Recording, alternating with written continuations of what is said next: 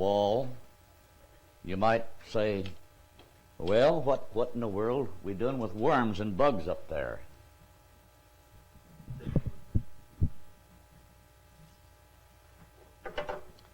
While we were in Mexico, that's when I felt like we was dealing with a group of people, a lot of them. They've been taught everything in the past 20-some years about Brother Branham, and they've gone nowhere. And I'll say this morning, the man brought a message for a people that have an ear to hear. But there's a lot had eyes to see and ears to hear, didn't hear and see a thing at all right. They made a flashly, confused picture out of the whole thing, and the religious world laughs at it.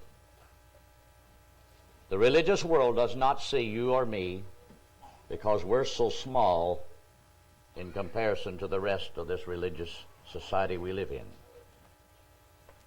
We're going to start this message this morning dealing with another era of time on this planet, and I have a reason. I can't go everywhere that they want me to come, but I'm hoping that if there is a little short time that for some reason or other, maybe some videos can be put in some places. I'm not here to make videos, to make money, or to commercialize the gospel. That's out of the picture. I don't believe in commercializing the gospel. Not every place in the world can play the videos as it is now. Each nation's got different frequency setups in their TV structure.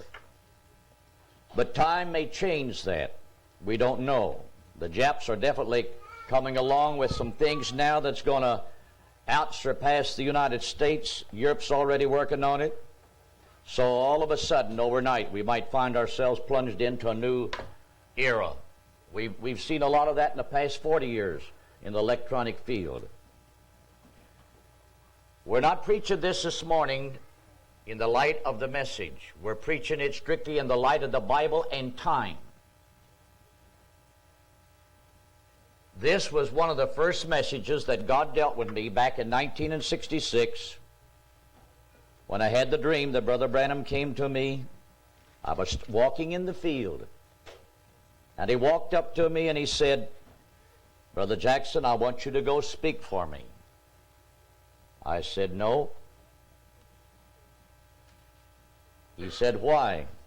I said, "They won't listen to me." He said, "Brother Jackson, I want you to go speak for me."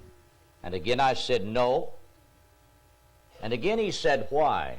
I said, "They won't listen to me." And the third time he said, "Brother Jackson, I want you to go speak for me." Well, when he said it in a firm way like that, I seen myself take a pad out of my pocket and my pen. And I wrote the title of 7 sermons. And I handed it to him. I said, if I can speak on those things, then I will. But if not, I won't. And he took and he looked at the pad, and he said, "Perfect." With that, he handed it to me and walked away.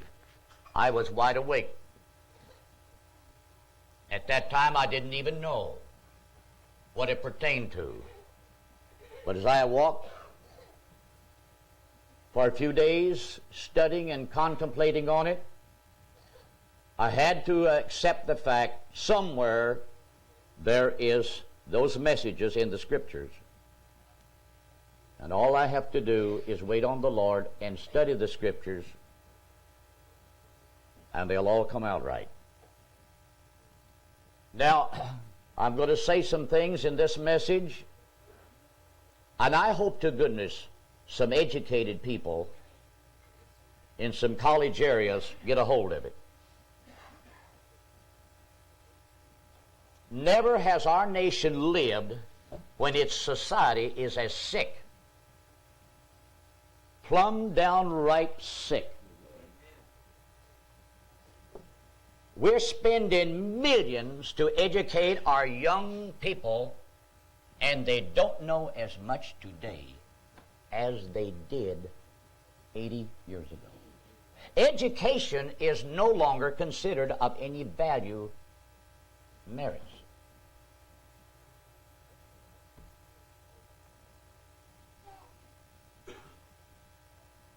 Our present day liberal teachers would rather try to get your young people to believe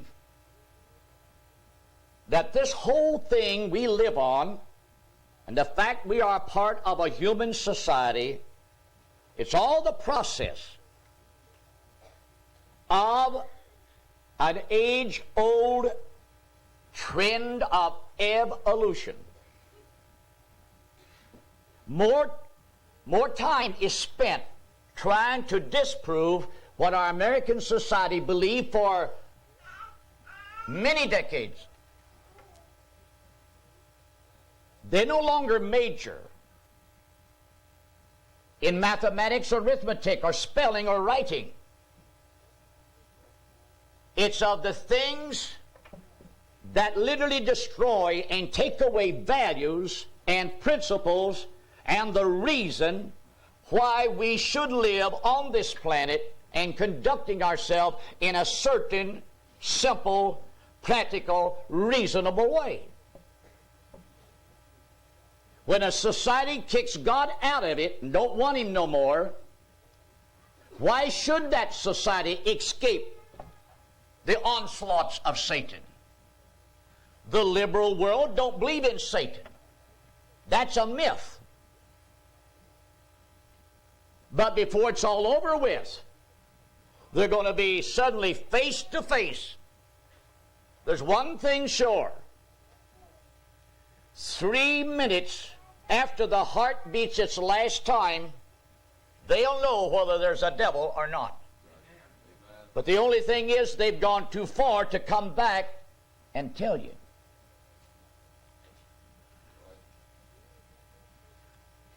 Now I'm going to say these things in this manner. The Bible proves beyond the shadow of a doubt that the planet Earth that you and I live on has been here a lot longer than what modern religion has for centuries said it has been here.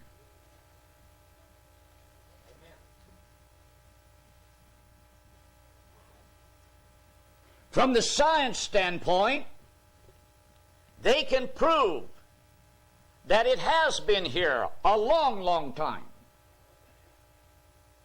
So therefore, since there has come nothing out of the Christian community through the centuries of time to verify the Bible, to prove the Bible as an authentic, accurate account of creation, it should have.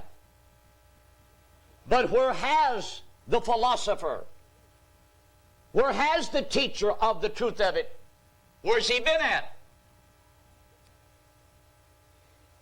God has kept certain things until the end time, because God knew that spirit would hit this world just before the coming of Christ. One of the other messages is that we will preach one of these days and put it on video. Why is there going to be, in the last 3.5 years, a preaching of a gospel that Gentile Christendom has ignored, has not even thought of? It's called the everlasting gospel. Anytime you mention gospel to nominal Christian people, they think you're talking about something other that's pertaining to salvation. It all goes to show their mind is so fixed. They've looked through one set of glasses so long,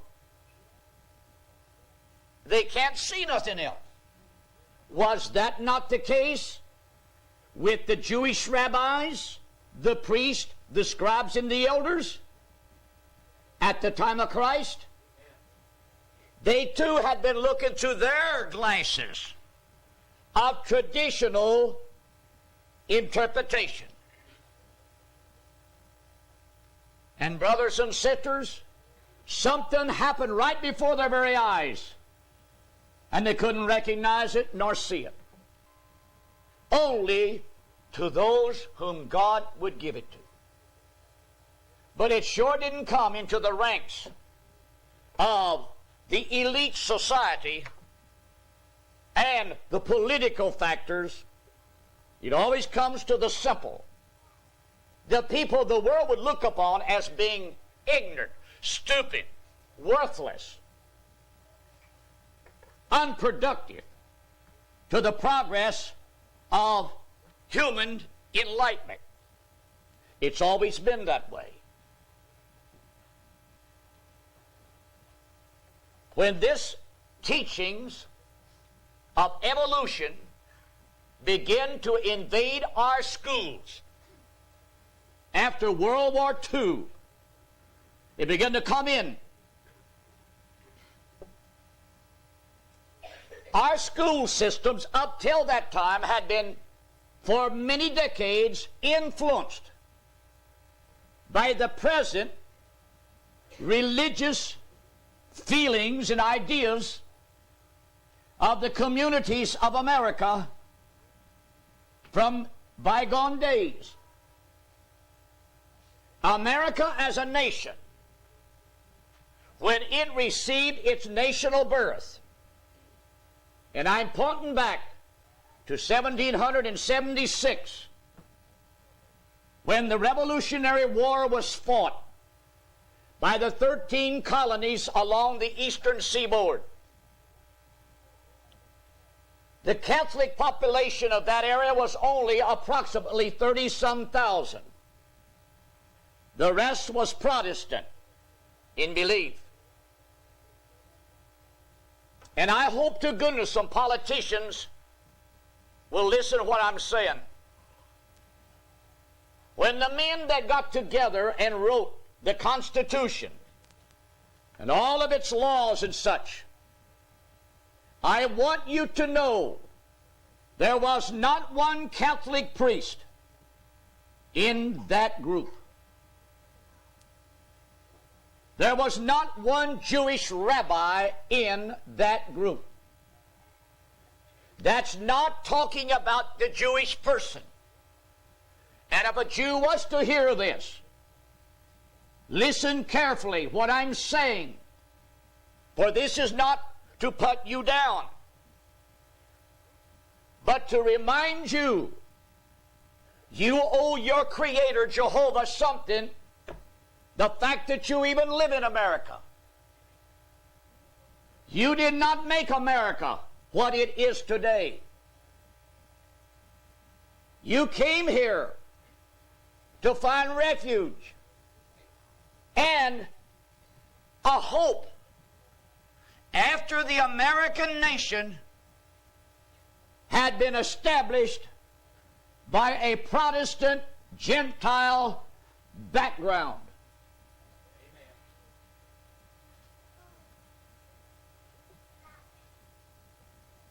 When you did come, you set up your own synagogues and your own schools.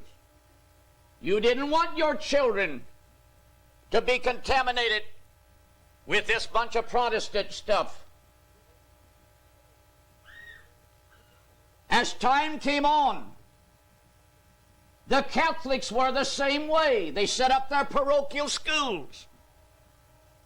They did not want their Catholic dogma messed up that they have put in the minds of the young Catholic students. In our public school systems, in generality, our teachers that wrote our textbooks about geography or history or whatever it might be that pertains to, they all in generality recognize the Genesis record of creation, that God created all things.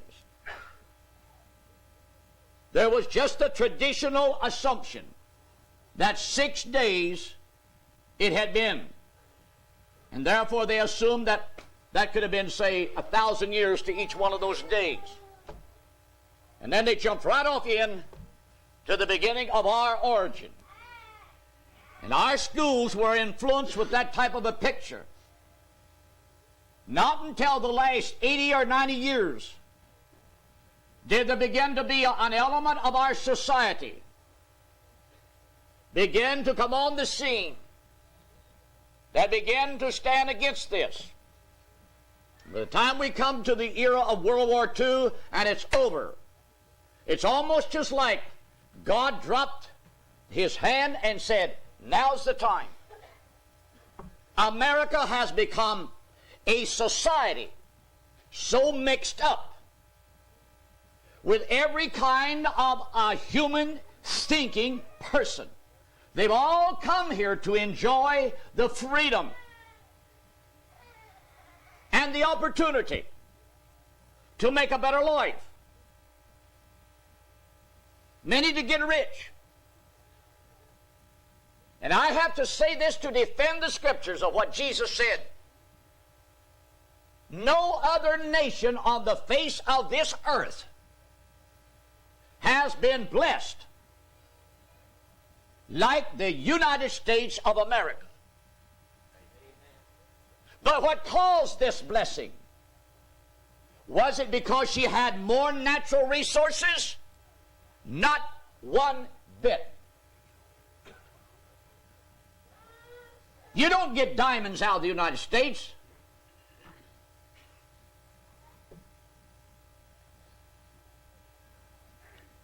One of the largest gold fields is in South Africa. The gold was found in the New World. Sure, there's coal here, but there's coal in other nations. Sure, there was oil here, but look what's in the Arab world.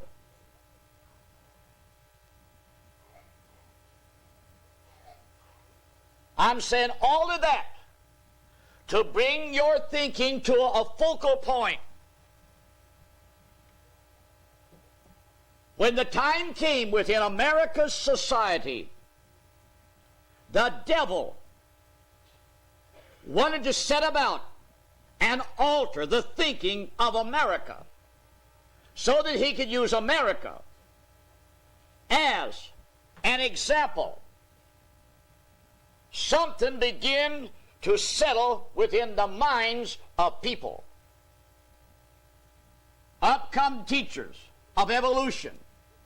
As I said Thursday night, sex education became the order of the day. And that's why you've got all of this explosion. It's a curse. We never had it 100 years ago. Don't tell me the Bible's wrong. You're going to have to admit it, it's right. You can't be liberal and escape the ravages and the side effects that goes along with being liberal. A lot of people want to live liberal so that their flesh can enjoy everything in the excesses of it, but they don't want nothing to come along and hurt them, or bother them, or plague them, or disturb them, or make life miserable. It all goes together. To everything the flesh wants, there's a price to be paid. Finally, then, when it was all settled, Satan says, I'm going to take from the face of the earth the knowledge of God. He's going to use America and set a pattern. America that had been looked to as a leader in Christian principles, all of a sudden begins to do an about-face. When these things begin to rise in our public schools, writing textbooks on evolution, atheism, when parents who still are very strong in their convictions and feelings, and they don't want their children's minds to be warped with this stuff, they try to set against the school system only to be pounced upon by a bunch of liberal-minded school officials as well as judicial judges and lawyers and attorneys. And in every case, and I can think of 5 instances in the past number of 30 years, court cases from California, Arkansas, Tennessee, and all across this nation, where parents opposed the textbooks of evolution and atheism because they believed that the Bible story of creation was right. Don't you know, brothers and sisters, and Catholic priests and Jewish rabbis, not a one of you went to the courts to defend the Genesis record. Jewish rabbis, you ought to be ashamed yourself to live in America, enjoy its freedom. You can boast in the Old Testament because it's your book. Why don't you defend what it says?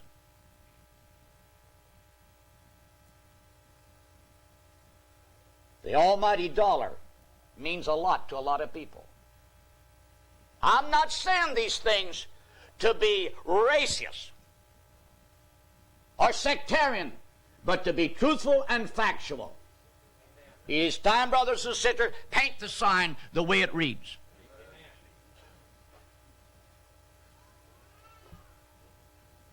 Did any Catholic priest come to the rescue?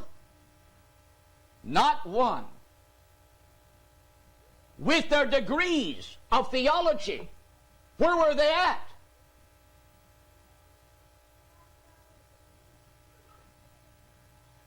To defend the Genesis record of creation wasn't an interest to them. At least, probably it went through their minds. Well, at least, we'll get out of the public schools that old Protestant idea, and we can manipulate things around where we want it. Well, they stood back and never said a thing. And now we have got a scourge, explosion among our youth because of this. With over 1 million and some odd illegal pregnancies in our nation every year. And as we face the 90s, you can rest assured they're going to keep on screaming. They're going to keep on shouting. They're going to keep on demonstrating. We want abortion. Catholic priest, you'd want everybody to come and defend you then, wouldn't you? Why? Because American society is stepping on your old carnal dogma.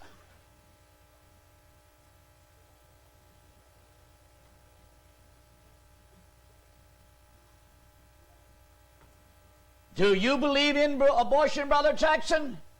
Only in the case of saving a mother's life. And remember how I said it. I said a true mother's life. How many knows what I'm saying? Amen. A true mother's life. Amen.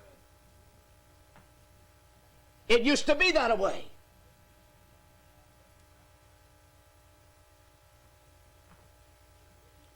The 90s will turn America into first-class manslaughter. Because as AIDS is now a disease, the medical science is working hard to find a cure, so is this other dilemma coming fast on the heels of it. We've got to do something. It's a runaway situation. Don't blame the Christians of America of how they lived 50 years ago for this. Blame yourselves, you liberal-minded teachers. You brought it. You didn't defend nothing when you could have defended something. And the minute God was left completely out of the picture, then God says, I will give you what you want till it runs out of your ears. Now then, and I repeat again, I have not said any of these things this morning to belittle a Catholic person. No, it's the system that's to blame. But you owe it to yourself to be interested enough in your own life to examine the system and see if the system is truly according to the Word of God. I have not said this to belittle a Jewish person. No. But to make a Jewish person aware. In his mind, he can say, the Old Testament is our book. That is true. And when we're talking about creation, and there was an opportunity you could have defended it, you didn't come to the rescue of it. You stood by with your hands folded as if it was something disinteresting. And now then, our world at large is being invaded by a spirit to take everything that Judaism, Catholicism, and Protestantism has believed in for centuries and literally wad it up like a piece of paper and throw it into a trash barrel. But I'm convinced, brothers and sisters, there's going to be a people walk on God's green earth in this last generation as this decade in front of us becomes so evilly possessed by the devil.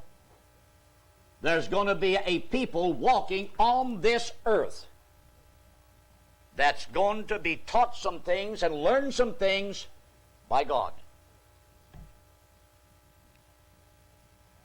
When we see that 144,000 in the 14th chapter of Revelation, and them three angels that appeared in heaven, flying and crying, they're going to preach a gospel. No, it's not a gospel of salvation, but it is a gospel. It's the last good news that mortal man on the face of this earth is ever going to hear just before God wraps it all up and throws it into hell. It's one way that God will preserve an element of mortal humanity.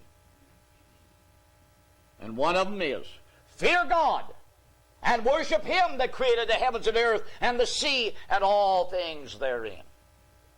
What does that tell you? That's a message to prove to mankind that will have an ear to hear that in that hour. There is a God after all.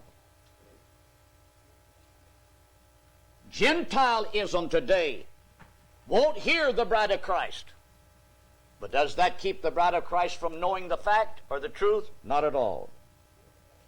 Because, brothers and sisters, we have young people.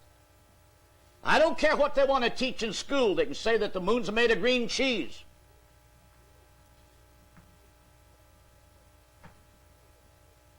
I believe I told one of my children one time, if it gets to the case where you have to say it and agree with it that way, you tell them, yeah, you know what kind of a cow the milk came from.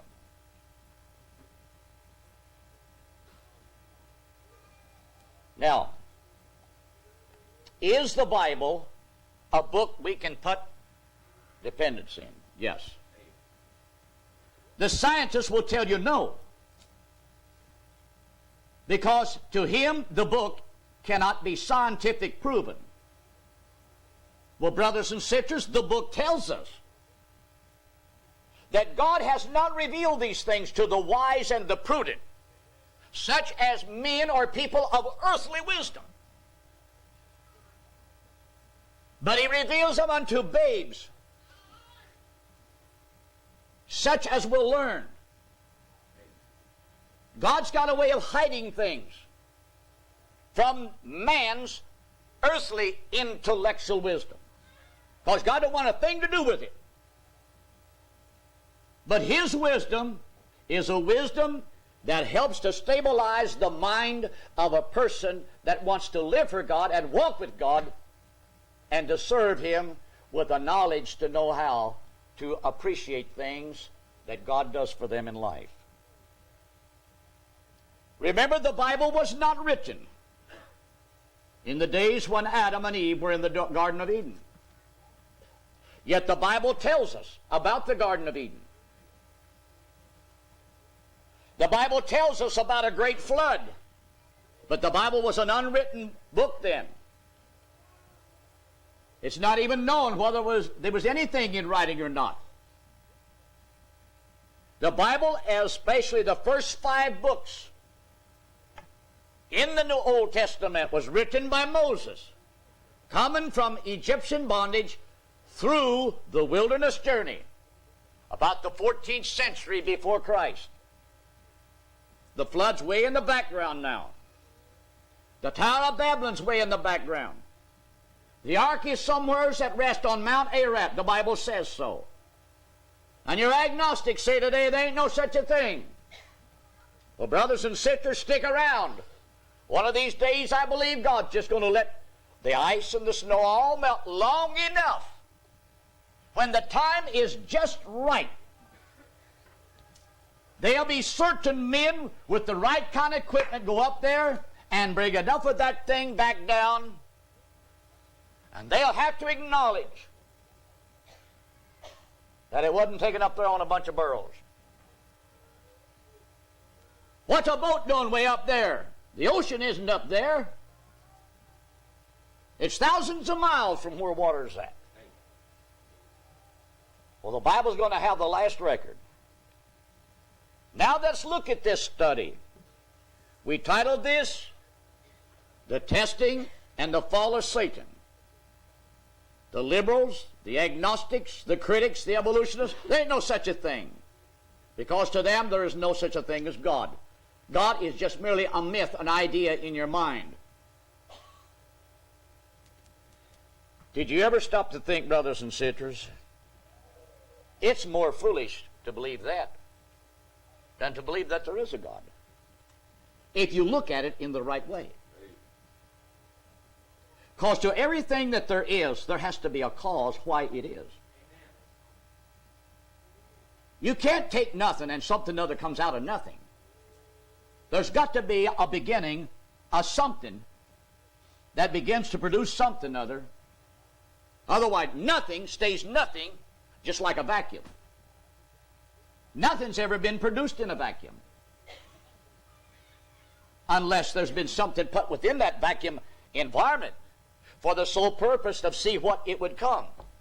But if a vacuum is made with nothing put in there, brothers and sisters, that vacuum will remain a vacuum, empty space for as long as time would last. Now then, we have behind us here 2 charts. One that represents an explosion. Scientists begins their theory by saying they believe that creation, the universe, as we see it, with the stars, the sun, and so forth, and the planet Earth, that somehow or other, in the eons of the past, there was a giant explosion. I will have to say to nominal Christians, and especially to doctors of divinity, Jewish rabbis, or whoever they might be, The Bible is not going to go contradictory to that. You're not going to find the Bible going contradictory. But you have got to have a mind that can look at the Bible and expect and accept it to be accurate. And you look at this explosion through the Bible. And we go to Genesis chapter 1, verse 1. When Moses wrote this Genesis account, he was not writing this from a long line of oral, traditional, handed-down stories. The Bible's not put together like that. If God told him how to build the tabernacle, when God gave the law, which you read in Numbers and Leviticus, and God stipulated precisely the dimensions, the accuracy of everything that was to function in relationship to that, if God is that precise, don't you think He's precise enough to watch over the account that Moses is going to write about creation? God is not a fool, an atheist and evolutionist. You can believe in your chemistry analysis. You can believe in all your scientific findings. Nothing wrong with that. But the point is, behind all of that, there is a chemist who is the mastermind of everything that you discover or that you find scientifically. God is the originator of it. Because He's the super mind. He's the mind that planned it. He's the one that designed it. Now, when Moses wrote this, that first verse could be recorded, and they could no doubt, if we knew what God knows about it, the libraries wouldn't hold the books. In the beginning. How long ago that was. Because we associate years in our time measurement by the earth's rotation to the sun.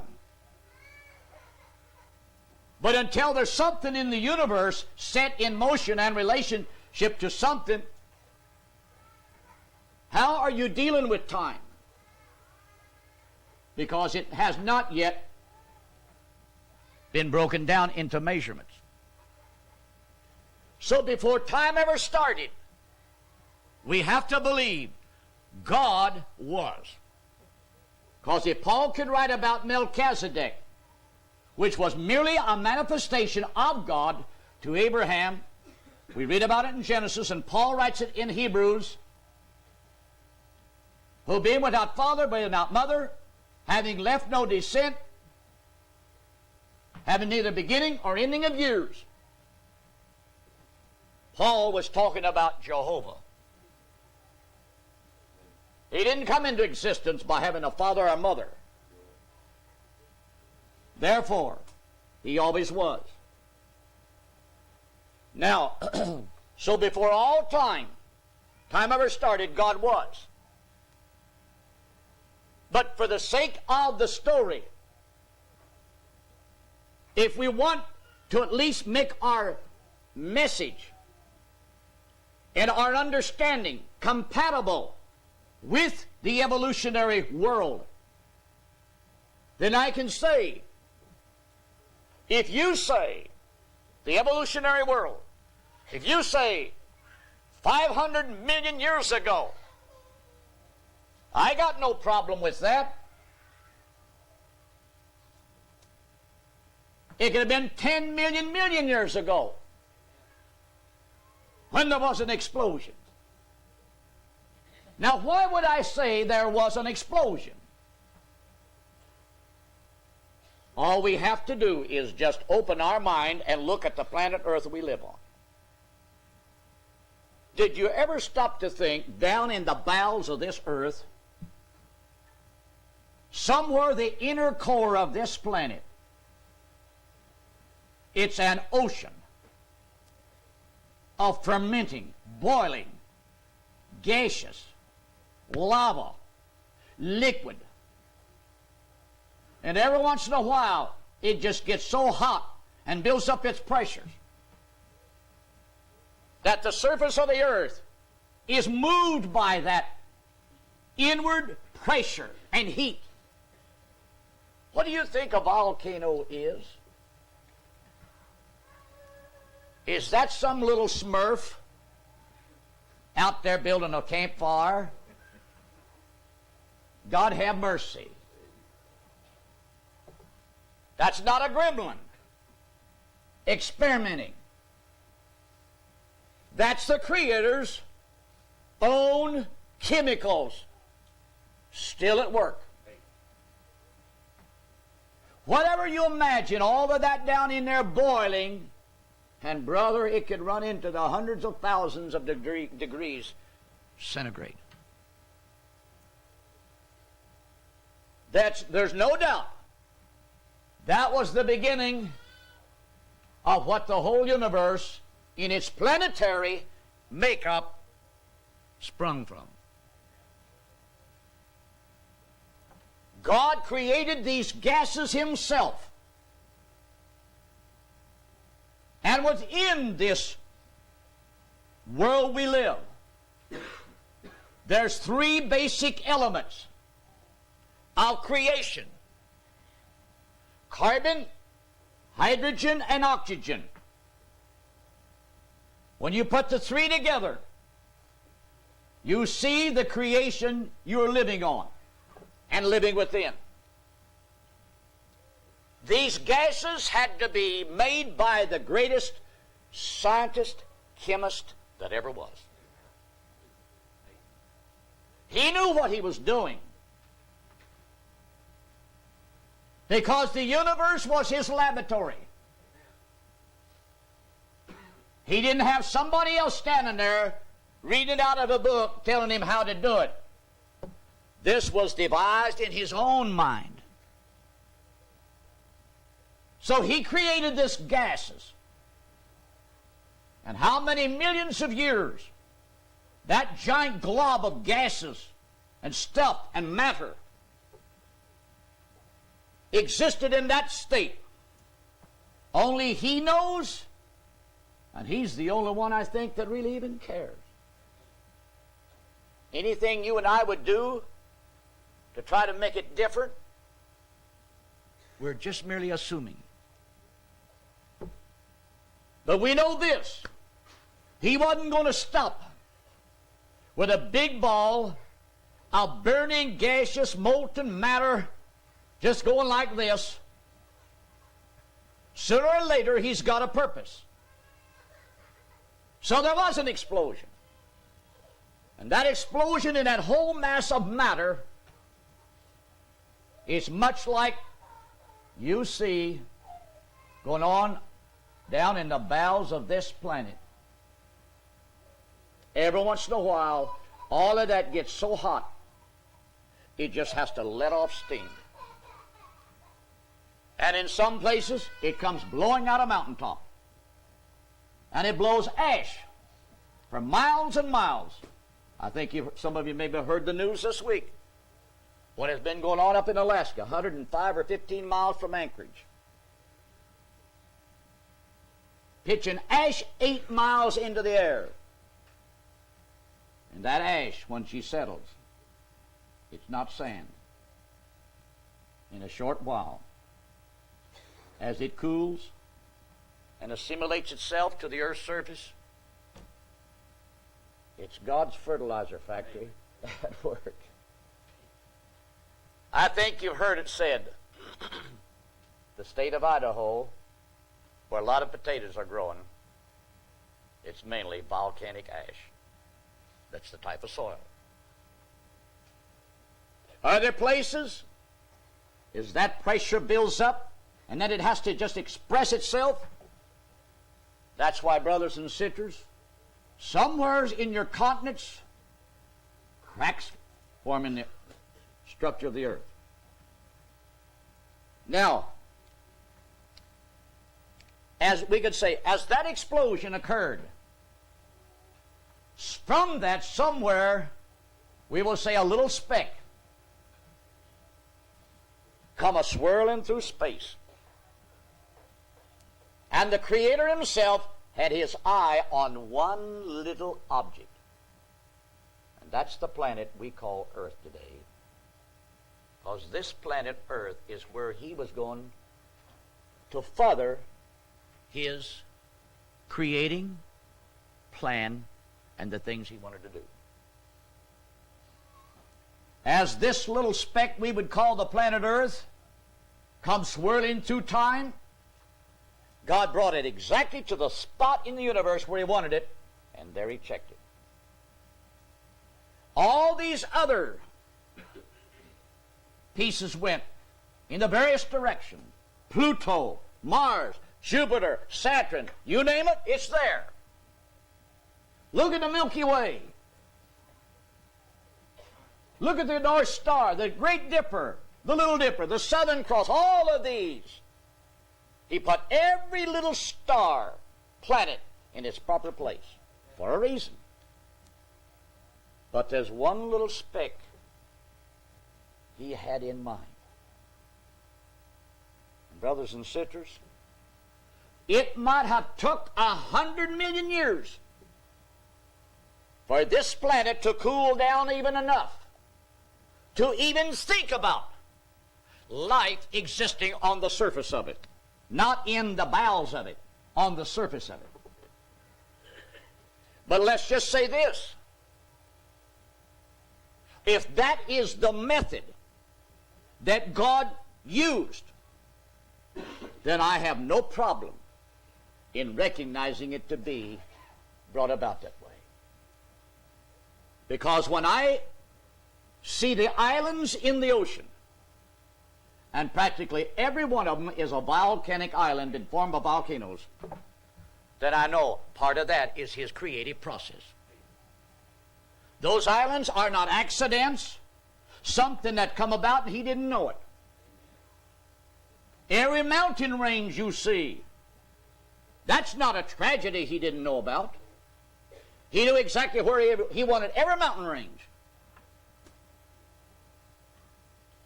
When you look at the Rocky Mountains, you fly over them to California. Brothers and sisters, for miles and miles on both sides of the airplane, you see them giant mountain peaks reaching there into the sky. And some of them, as you look down on, you see the layers of rock. They're not flat. They're like this. It gives you the feeling at one time, right where there was no mountains, yes, the earth could have been very well a plain. But something deep inside, like a mole. One day your yard has no scars in it, Brother Turner, Brother Glenn. One morning you go out there and I'm telling you a mole has come and he has pushed up a mound from across your yard. Well, God didn't use moles. He used that pressure. And that old earth began to jerk, to go into convulsions. And he busted the layers of hardened earth crust and pushes up. And brothers and sisters, for centuries upon centuries upon centuries of time, God used various means to create certain land surfaces as well as to the earth he placed water to begin to form another purpose. Now you might say, well, what do you got all of this over here? It's very interesting to know. I realize, brothers and sisters, most time we're not even interested in biology or things like that. I never was. But about 4 years ago, or 5, a National Geographic magazine came out, and they carried an article in it about the importance of the various minute forms of life. You can't see it, but it's there. And how we need it. How without it, we couldn't even exist here on this planet. But with it, it is constantly helping to restructure a certain layer of the earth's surface, we call it soil, to make it fit and inhabitable so you and I can exist. Because don't forget, the plant life you have out there, which we call vegetation or plant life, it gives off oxygen. You understand? You inhale, and you've got to have oxygen. God's got no oxygen-making machine out here anywhere. He made plants to manufacture it. But we just breathe it, not even thinking a thing about it. And most time we're unthankful. But at the same time, as we're breathing what it's doing, we give off carbon monoxide, and it breathes that in. And that's why the Creator, He created everything in a balance. What a perfect God we have. Now don't tell me that evolution designed such a complex story. There's got to be a mastermind, an architect to all of this. So now as we bring our thought, somewhere then as this planet began to cool down, the Creator, He's got a point, a purpose, and an objective that He wants to accomplish. He knows that in the end of it all, there's to be major life beings on the planet. But for that to come about, the planet must pass through other stages of development, certain things being accomplished. So as water and matter begin to be associated together, I'm not here to tell you how long this thing just jostled backwards and forwards like that. The water had a purpose. The matter, it has a purpose. It takes the two together. But after a while, this represents, we will call, a small microscopic type of life. We can call it bacteria. Most of that type of bacteria is good bacteria. We know this, there's another type of bacteria that creates and causes diseases. But there is a type of bacteria that we have to have. Without it, sooner or later, we begin to pay the bill. And our earth is doing that today. This bacteria, it's small, you don't see it, but He did. Now don't tell me that if this thing come about from an explosion so hot as that, how did that survive it? Why don't the scientists try to explode something real hot and see if life comes out of it? They can't do it. Well, why should they tell you that's the way it was if they can't do it? God knew exactly when to create that. Because if He created this, He creates that. That microscopic life you don't see, but it begins to go to work on rock surface. And again, brothers and sisters, we're not dealing within a 10-year period. We're talking about thousands of years. And as this type of life begin to create a nucleus of a substance like soil, then that affords for this type of life worms of every description. They're not your enemies. They're part of creation. Without them, brothers and sisters, this planet, it had been filled up by landfills a long time ago. Now think seriously of it, brothers and sisters. It took this first to begin to break down things to create a place for this type. Here this comes. And in that National Geographic magazine, there was 1 cubic foot of earth soil blowed up. And in that 1 cubic earth, it told how many thousands of various types of microscopic life, worms and bugs, you pay no attention to, but they worked in a cycle. One bug, it looked like it had 1,000 legs on it. But it says this bug, it secretes an acid from its body as it crawls on rock. And that acid breaks that rock down. It turns right around and eats that rock it has broken down. It now becomes part of its body. And then that bug only lives so long, it lays its eggs. It dies. Now it don't go back to rock. It becomes decayed matter that's compatible to the building of the nutrients in soil. As this stage and process, however long God wanted that time to come, then brothers and sisters,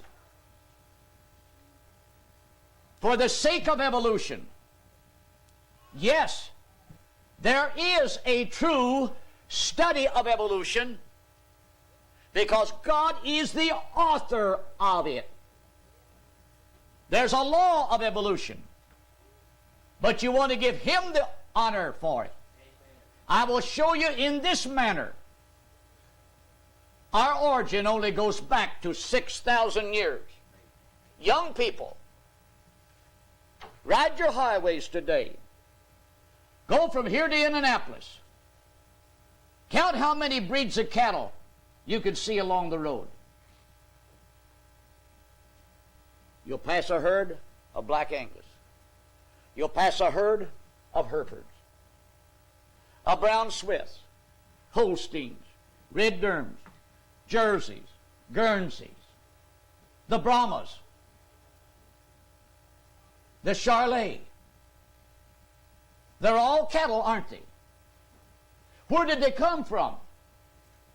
They came from that original pair of cows that God created and brought to Adam in our garden. God didn't create them a Hereford. He created them a cow. Period. And He put in them every genetic characteristic that He, the Creator, wanted to eventually materialize on this earth for man's benefit.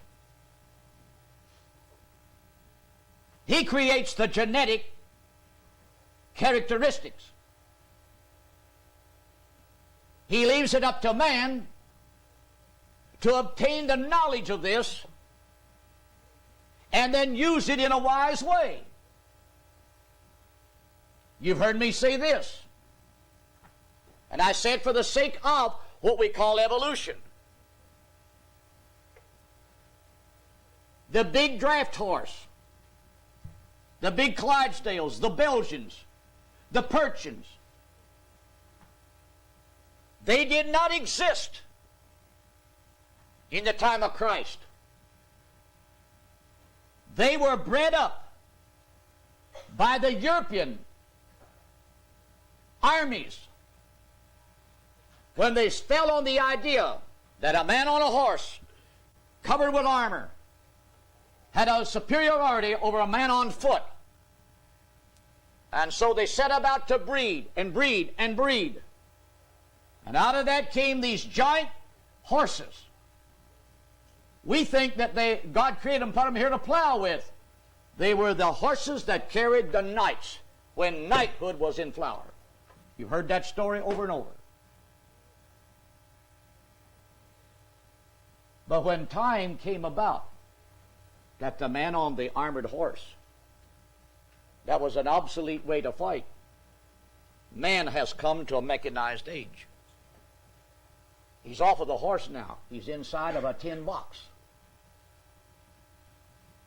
But the horse is still here. That's evolution in its true makeup. Now then, so we can say from this, whatever stages God willed, and there are going to be millions of more, time eventually brought about, we will say, a form of life that's not intelligent, but he's using this to create an environment to the surface of the earth, such as soil and such like, to eventually increase, and then we can say he began to bring forth vegetative life, plant life, grass. Because now then, there is something for plant life to grow on. Now as plant life begins to be added to the structure, God has got a method, and he's got a reason. Because sooner or later he is going to add to that animal life and so forth. Because he's going to keep the thing in balance. So as he begins to add plant life, he begins to add an atmospheric air, oxygen. Because other life coming on is going to require this. And brothers and sisters, there's not one thing wrong in looking at it in that manner. Because brothers and sisters, as I read that article in the National Geographic magazine, these things are still in the ground working their little heads off. Because they're doing exactly what God wants them to do. These little old hard-shell bugs, you think they're as worthless as me. But brothers and sisters, told how they bore a hole, feet down through, into the 10, 12, 15 feet down. Why? And it says, if we did not have them, you get a flash flood. The water has nowheres to go. But as the water hits the earth, a lot of it follows these little tunnels. And down, down, down it goes. Right down into the subterranean area where God wants to store it. And brothers and sisters, I find no fault in looking at the simplicityness of creation in that matter. It's just a fact, brothers and sisters, we have floated along through time with just a traditional fixed picture in our mind. Well, what makes the difference? Well, maybe there was a time it didn't make the difference because we didn't care. But after all, when the time comes, the devil will challenge you, why do you even believe in this book? Then you're going to have an answer. And you're not going to a library and find a story like I'm preaching it this morning. It ain't there. You're going to find all about Darwin's and his theory of evolution, and all about Lenin and Marx atheism.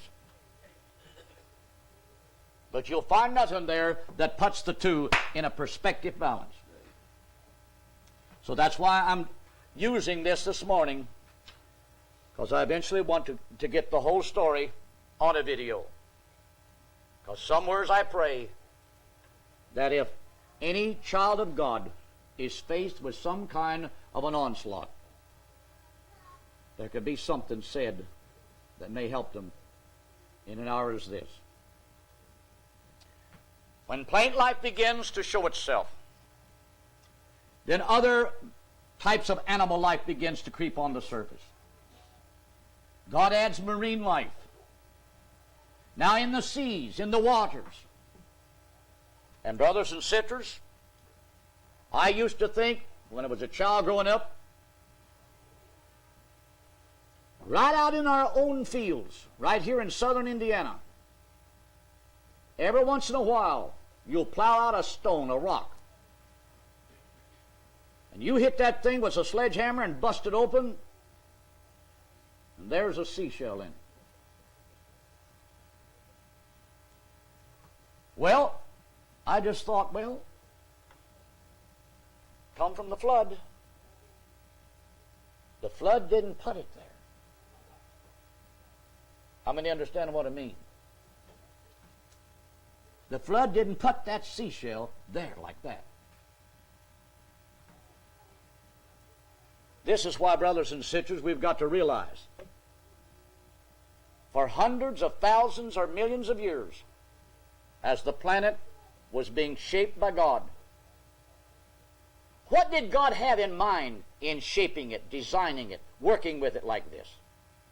Eventually, it's going to be a workshop where He tests life in its major makeup. And it will lead to the time when Satan and all of his angelic beings were put here, and they were put over something. They were given charge over something, and then once they were given charge over something, that lasted for a period of time, and somewhere in that, Satan failed to abide and carry out exactly what the Creator willed him to do, and he became a perverter of the very things the Creator gave him charge over, and the Bible is full of it.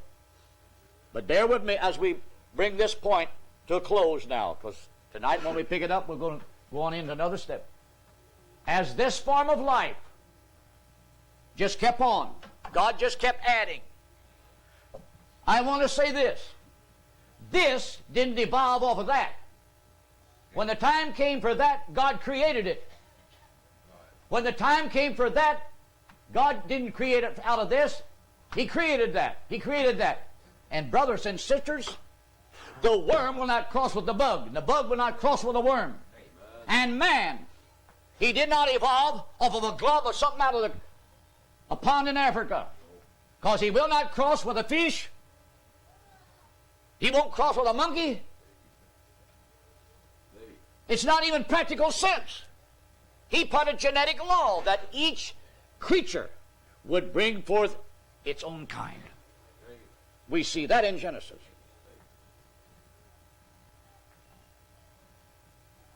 When plant life began to take its place, God knew that certain types of plant life would flourish in certain types of soil and environment. That's why when you read a lot of these ancient articles about ancient prehistoric life, almost everywhere there was a tropical climate evident. In Siberia, they found palm leaves frozen in ice caps. In Norway, Brother Storm was telling me, they did the same. So with that, we have to realize, for millions of years, God was slowly forming a planet, bringing life to a greater objective, to function, to fulfill His great and glorious plan. Brothers and sisters, when He created the oak tree, it won't cross with the hickory tree. He created the beech, it won't cross with the pine. Brothers and sisters, He designed every tree to be a species of its kind. It didn't evolve off of some other tree. It's a shame that your scientists and atheists have to look at life like that. So, brothers and sisters, some words then, in all of that, we can say this also, that constantly the earth was being heaved and tossed with upheavals, because it's known fact, even out in the Rocky Mountains, in regions high above sea level, there your scientists have found the traces of some prehistoric marine life embedded in limestone sediments. And limestone is the process of other types of rock decomposed and turned in. And it takes a marine type of life to do that. You don't have limestone everywhere. You have limestone where there has been at one time or other an ancient type of an ocean floor. And that's why, brothers and sisters, you can even see right here in southern Indiana. Take up here at Bloomington, for instance. A lot of times in your limestone quarries and things where every once in a while here comes up a flake of limestone. And there is seashells, little skeletons of little type of fishes and things. Why is that in there? It goes to show at one time or other there was. It was down somewhere, it's covered by water, and a marine life was there. It was doing its job, and then once it has flourished, existed, and accomplished its job, God has elevated it, brought it up to serve another purpose and another era. So with this, it's 12 o'clock. I'm going to end this part right here. Tonight, we'll try to bring in how angels was brought on the scene and such like. 5 years ago, when we was in Mexico, in the city of Mexico is a large museum. And we spent about an hour and a half going through there, and it's a huge museum, very large. But the country of Mexico, they have found untold amounts of the prehistoric animal life, carcasses, skeletons, bones, fragments, and petrified dinosaur tracks. And I know when we went through that part, and it's a big area. A lot of these, like the tusk of the giant mastodon elephant, one where you go along and you're looking at the fragments of that skeleton and the tusk laying there in a glassed cage at your feet. On a wall right behind that glass cage, artists have painted a wall mural, means a picture. And that picture is painted, and it comes right down and blends right in to the floor of that glass cage. And I know they showed this giant mastodon elephant, and there was parts of its skeleton. They had found it embedded in an ancient lake bed, like a swamp. So they create that type of a setting for its skeleton to lay in. And then they paint that mural behind it. And they showed it how that prehistoric man, in his conquest for meat, they have got behind it and encircled it and driven into this pond, or like a marsh, and his feet is stuck in the mud. And they're slinging the arrows and their spears in him. And this giant mastodon elephant is standing there sinking, fighting for his life. It shows he's already killed 2 or 3 of his enemy, prehistoric man. But the rest are on the fringes of this swamp, throwing their spears. As I looked at that, as we moved on around to that big museum, I thought to myself, there's no way Christianity can look at this and ignore the facts any longer. We got a book called the Bible. Now it's got to fit there. And fit it does. When Moses wrote in Genesis what he did, and God inspired him to write when he created this man,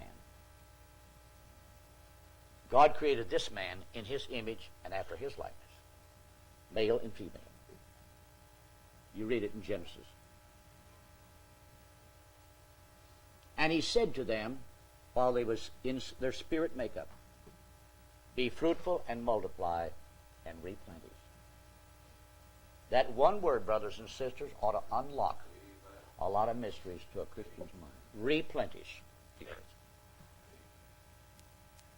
Because at that time, there wasn't a man or a woman on this planet. There wasn't even an animal walking on this planet. We can see that from the Scriptures. What did God do? He put that in their intellect, so that once He put their spirit beings in body form on earth, He didn't have to tell them no more. They knew that. They knew the role. They knew what they were here to do.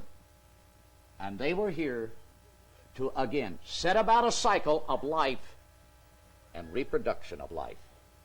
Putting the earth back into a progressive state of habitation. That's why God said, dress it and subdue the earth. Conquer everything that is contrary to a proper, habitable environment. That's what man was put here for. As Brother Allen said this morning, and I saw the same thing the other night. I tell you, man's greed for the dollar bill has brought him to the brink of destruction. We don't have another 25 years to go. Time's running out. Russia is on the brink of collapse. Does that mean Ezekiel 38 won't be? It'll be right on time. But we're getting close, brothers and sisters. God is shaking nations like they've never been shook before. And I tell you, when it hits America, I want to be on the right side. God bless you this morning, brothers and sisters. I pray, young people, that what I'm saying can be of a little help to you in your schools. Don't argue with those teachers. They won't listen to you. But I'll tell you one thing. When that 144,000 comes along with the everlasting gospel, some of them are going to believe them. Because that's why God will send them. Amen. Let the musicians come.